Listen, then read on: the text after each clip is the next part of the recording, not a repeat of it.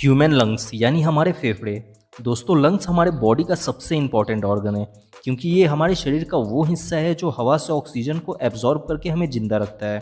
तो आइए आज की इस वीडियो में 3D एनिमेशन की मदद से जानते हैं कि हमारे लंग्स कैसे काम करते हैं।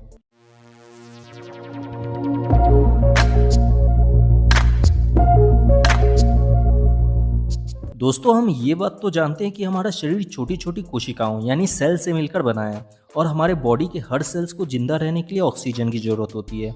हमारे बॉडी में ऑक्सीजन को कैरी करने का काम हमारे ब्लड में मौजूद रेड ब्लड सेल्स करते हैं। रेड ब्लड सेल्स हमारे लंग्स से ऑक्सीजन को लेकर बॉडी के हर सेल्स तक पहुंचाते हैं और उनसे कार्बन डाइऑक्साइड लेकर वापस लंग्स में छोड़ देते हैं। हमारे लंग्स स्पंजी टिश्यू के बने होते हैं।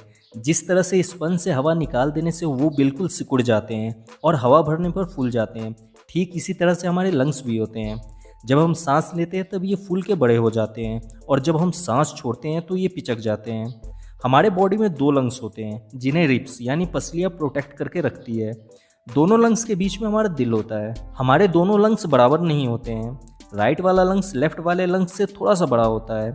राइट लंग्स में 3 लोब होते हैं जबकि लेफ्ट लंग्स सिर्फ 2 लोब से मिलकर बना होता है। लेफ्ट वाले लंग्स को नेचर ने थोड़ा छोटा इसलिए बनाया है ताकि हमारा दिल इसमें फिट हो सके। हमारे दोनों लंग्स के नीचे एक मसल्स होता है जो कर्व शेप में होता है, इसे डायफ्राम कहते हैं। हमारे सांस लेने के प्रोसेस में इस डायफ्राम का बहुत बड़ा रोल होता है। हम खुद से सांस लेकर लंग्स में हवा भर तो लेते हैं, लेकिन उस हवा को लंग्स से बाहर निकालने के लिए हमारा उस पर कोई कंट्रोल नहीं होता है। लंग्स की हवा को निकालने के लिए डायफ्राम और हमारे रिब्स लंग्स पर प्रेशर डालकर उस हवा को बाहर निकाल देते हैं।